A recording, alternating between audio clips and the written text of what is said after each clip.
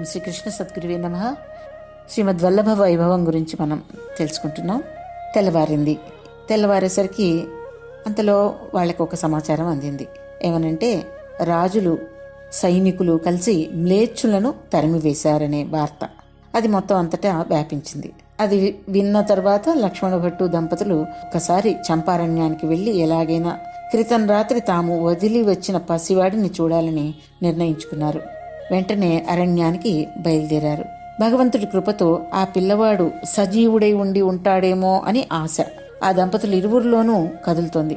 అరణ్యంలో బిడ్డను వదిలి వచ్చిన ప్రదేశానికి వెళ్లిన ఆ దంపతులు అక్కడి దృశ్యాన్ని చూసి అబ్బురపడ్డారు. ఏంటంటే 40 గజాల విస్తీర్ణం గల వలయములో అగ్ని ప్రజ్వలిస్తోంది.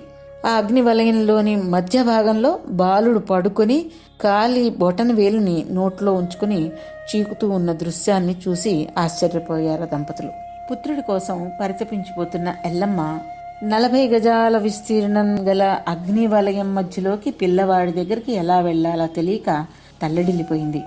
ఏం చేయాలో తికమకపడి చివరికి ఈ బాలుడు నా పుత్రుడే కనుక అయితే దారివ్వమని అగ్నిదేవుణ్ణి ప్రార్థించింది. ఆమె ప్రార్థనని ఆలకించాడా అన్నట్లు అంతలోనే అగ్ని వలయంలో ఒకవైపు అగ్ని శాంతించి చల్లబడింది.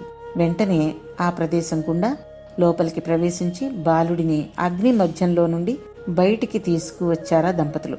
అమిత వాత్సల్యంతో ఆ బాలుడిని అక్కున చేర్చుకున్న ఎల్లమ్మ ఇంకా లక్ష్మణ భట్టు ఇద్దరు ఆ చంపారణ్యంలోనే కొంతకాలము విశ్రమించారు. ఆ తర్వాత వారి ఊరికి ప్రయాణమై వెళ్ళిపోయారు. వారు చివరికి తమ గృహానికి చేరుకున్నారు. అనంతరం వారు ఆ బాలుడికి నామకరణ మహోత్సవం జరిపారు. ఆ శుభ సందర్భంలో బాలుడికి దేవనామం కృష్ణప్రసాద్ అని, మానవనామం జనార్దనుడని, నక్షత్రనామం శ్రావిష్ఠుడని, వ్యవహార నామం వల్లభుడని నామకరణం చేశారు. లక్ష్మణ భట్టు కుటుంబంలో అల్లారు ముద్దుగా పెరుగుతున్న వల్లభుడికి 3 ఏళ్లు వయసు వచ్చింది. ఆ సమయంలో కేశముండన సంస్కారం గావించారు. ఆ తర్వాత లక్ష్మణ భట్టు దంపతులకి కేశవుడు అనే పుత్రుడు కూడా జన్మించాడు. ఇంకా 1540 చైత్ర కృష్ణపక్ష పాడ్యమి ఆదివారం నాడు బాలవల్లభులకు ఉపనయన సంస్కారం గావించి యజ్ఞోపవీత ధారణ చేయించారు.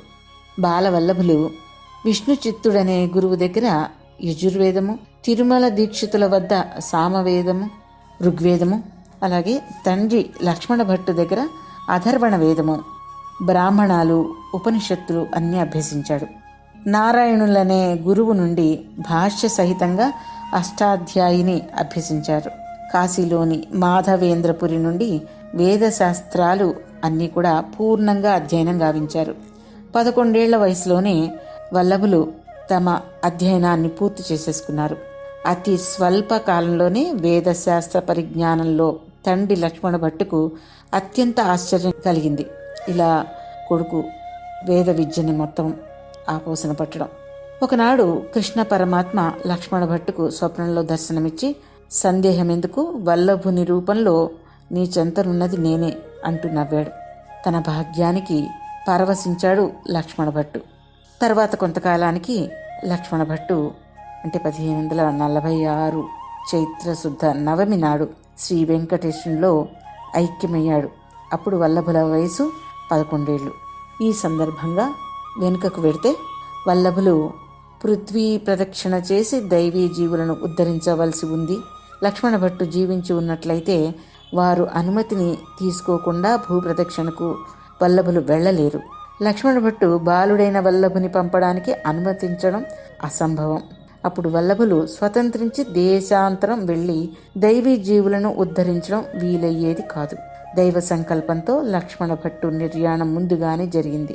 అందువల్ల వల్లభులు క్రీస్తు శకం 1548 వైశాఖ కృష్ణపక్ష విధియ రోహిణి నక్షత్రం నాడు మాతృమూర్తి అనుజ్ఞను తీసుకుని 13 సంవత్సరాల వయసులో ఇంటి నుండి మొదటిసారి పృథ్వీ పరిక్రమానికి బయలుదేరారు. కృష్ణార్పణం.